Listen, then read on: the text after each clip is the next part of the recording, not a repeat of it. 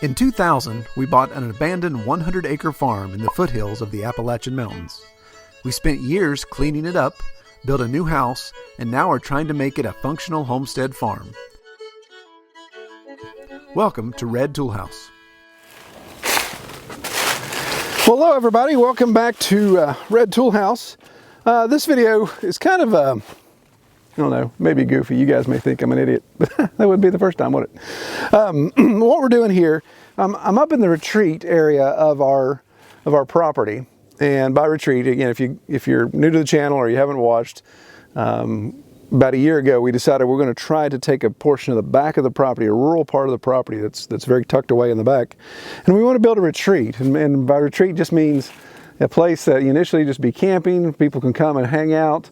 Eventually we want to have some cabins, have some infrastructure in place, and just be an opportunity. Our goal is to kind of focus on a marriage retreat for married couples that just need to get some time alone, get away. They can come out here, you just kind of hang out, be in the middle of nowhere, no cell service, no electricity, nothing, and they can hang out back here and obviously hopefully improve their marriage.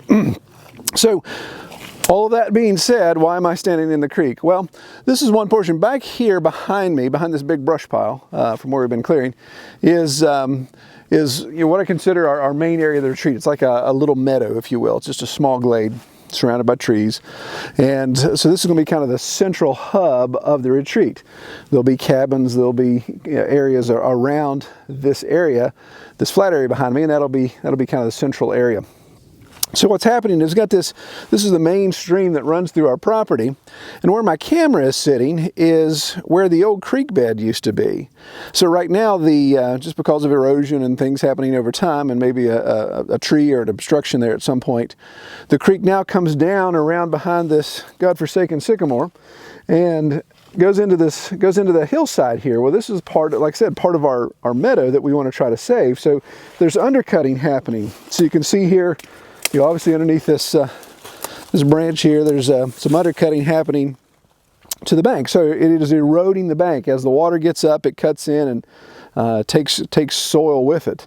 So we obviously don't want that to happen. So the obvious logical thing to do, of course, would be to come in with a piece of equipment and backfill this with some stone. And you could just put large stone here so the erosion doesn't happen.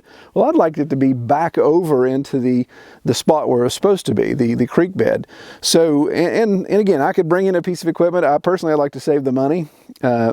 Second, we're getting into the wet season, so I really don't want to bring a piece of heavy equipment back here when it's as wet as it is, because you tear up more than you fix with a heavy piece of equipment. And I like to try to do things, I want to try to do things back here as natural as possible. And that doesn't say that I'm never going to bring a piece of equipment back here, but when there's different ways to do things, I want to give it a try. So this is like a little experimentation station back here.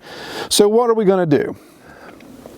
So this rock I'm sitting on is actually in the middle of the creek. So you can see, even though the wet season's begun, I'm not getting washed away by any means, nor am I getting wet. There's just a couple inches of water. This is so far up the valley that it's kind of the head of the watershed.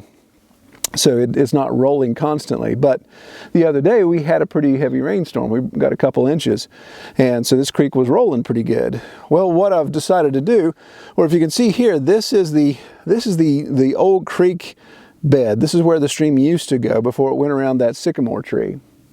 So ideally, I'd like to have the water going that direction versus going this direction. Well, obviously water seeks the path of least resistance, so it just goes right through here. So what we did, about a month ago, Kelly and the boys and I came up here one evening. We thought, well, let's just try to make a temporary dam here. I don't want to do an earthen dam. I don't want to do earthworks. Let's just put as much obstruction in here, kind of think of beaver dam mentality, and put in some obstructions in here to see if we can get this water to rechannel.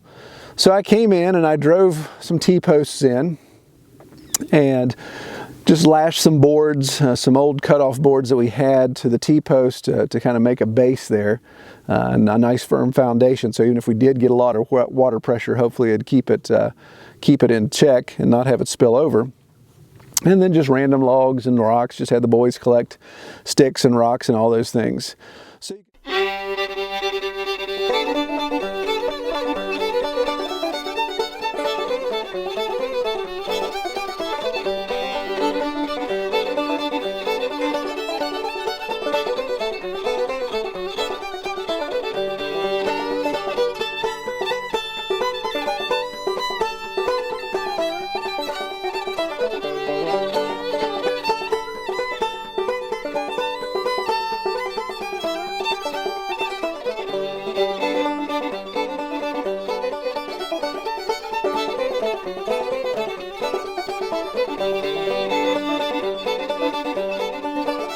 So you can see as this rain happened, I don't know if the camera picks up, but there's a mud line. Because again, when we get high water, it stirs up some of our dirt, so it runs a little muddy. So it leaves a stain on the leaves. So you can see this stain, again, I don't know if the camera's picking this up, but this stain goes right along the creek bank and actually breaches over. So I didn't get the chance to come up here and actually see it in action, but I can tell by looking at the water stain that the water collected here and then spilled over that way. So it didn't cut a channel yet because it's going to take some time to do that, but at least I've got the water redirecting. So depending on what kind of rain we get this winter, winters are really our wettest time, depending on what kind of rain we get then, will determine if this holds up or not. But what I really like, that what happened automatically is, you know, all this detritus, all these leaves and all these bits of things just washed down, and since this impoundment that we made was very porous, it just had some rocks and sticks and boards in it, and it wasn't capped over with dirt. It was very porous, so water would go through it. Well, as water went through it, so did the leaves try to go, so they made their own natural dam. So this is really dammed up a lot more, and that's why there's standing water here where my feet are, is because this has actually slowed the water down enough that it's actually making a small impoundment. So what will happen over time, it remains to be seen. Will this fix itself in 1 year? No clue, probably not. Will this fix itself over the course of a couple years? Sure. Maybe if this holds up, but this just is one of those things to let water do what it does. It's, water can be very destructive when it's moving, so if it cuts out and erodes, that's fine. There's actually, again, I don't know if the camera's picking it up, but there's a little bit of a swale there already. So if that water starts going down that channel, even if it starts to erode, it's going to tie right back into the creek where I want it to. Take out this big curve there and go straight. So it's going to allow the water to get quicker down the valley and obviously not erode my bank. So at some point on down the road, if I decide, well, this is really going to work, now I'm going to come back and backfill this with rock and put some soil on it and everything, and I can actually gain back probably 10 feet of my meadow and gain that back and still have the creek over here. So again, one of those things where just an hour or two's worth of work with a couple of people just making this impoundment here may redirect the creek. And we'll see. We'll just keep doing updates. Again, not the most exciting thing in the world to document, but we'll keep doing updates and just see how it works and see what this rainy season does to this creek change.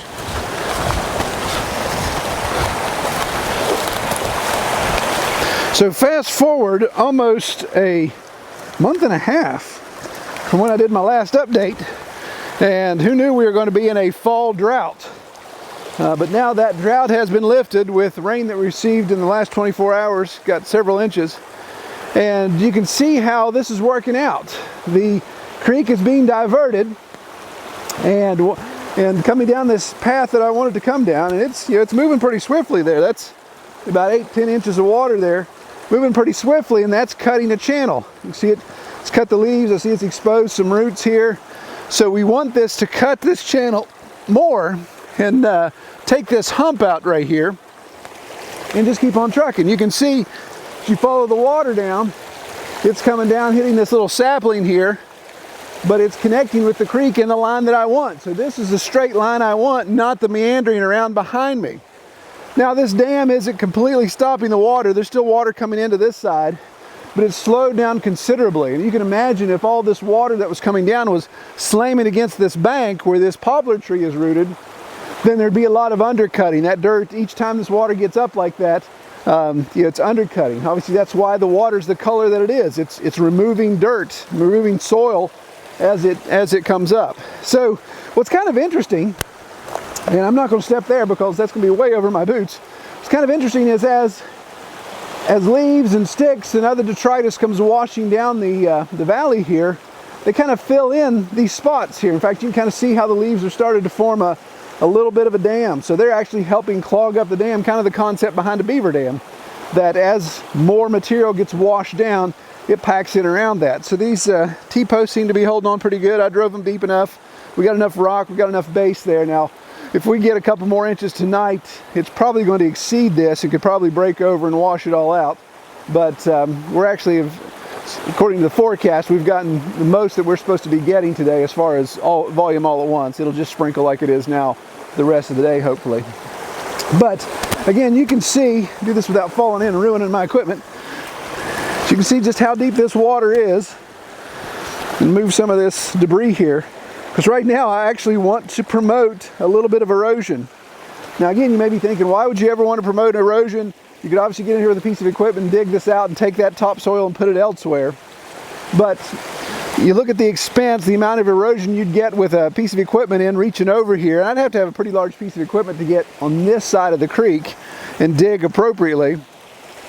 Or I'd be tearing up so much ground that the next rain would cause erosion anyway. So erosion's unavoidable in this situation. To me, this is one of these indirect ways of redirecting the creek without burning all the diesel, the cost of renting a piece of equipment to get in here, and of course, you know, the amount of damage you're going to do just to get that piece of equipment back. We're pretty far back on the property right now. So I don't know if you remember in the previous scene, we'll probably do since it's not been 2 months for you. This is a pretty good sized rock. We couldn't lift that up. So obviously that rock's underwater right now. This is probably about 2.5 feet deep right here in the center. So I'm really excited with what we're seeing here, how this is cutting, and if this takes the next 5 or 6 hours to go back into its banks, then there'll be a lot of ground cut loose here by then.